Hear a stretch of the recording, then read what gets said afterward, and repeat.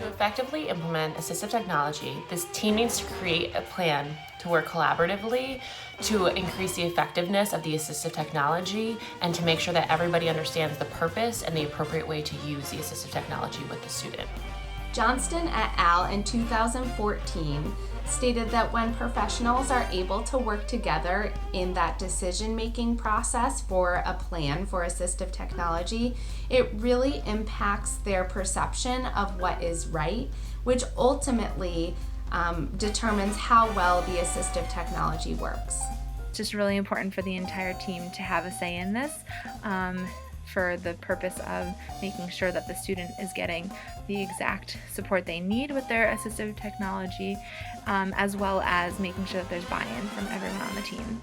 When you have a student that's using it and there's not a lot of training before, you're not as inclined to go to use that assistive technology the way that you should be. And if you're trained to do it, then it's probably going to come a lot more naturally, and you and the rest of your team are going to be able to be on the same page and use it effectively and in the right situations in the moment when you're in a class with 20. Despite high ratings of operational competency, so people rated that they really knew how to use assistive technology, in 2019, Jenna DiCarlo and her colleagues found that there were still a lot of students who were not using that AT in all environments, specifically in their homes.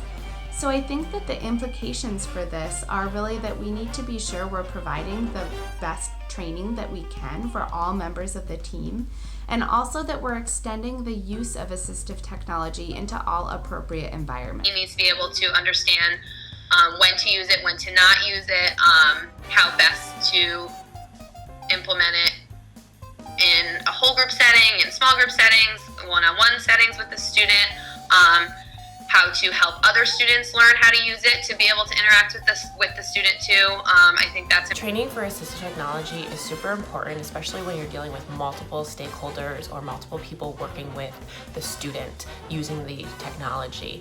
The range of assistive technology is very wide, and the purpose for assistive technology is always changing. So training is very important to make sure that the assistive technology is being used effectively by all.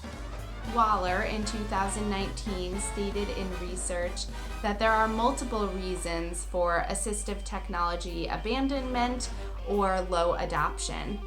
Learning strategies for anyone is not going to happen without appropriate reinforcement. And reinforcement isn't going to happen unless there's buy-in by the individual who is engaging in that task. So, if someone tells me that they want me to do something one way, but that's not motivating to me because that's not the most reinforcing or the most logical way in my head, then I'm less apt to engaging in that task or engaging in that certain way.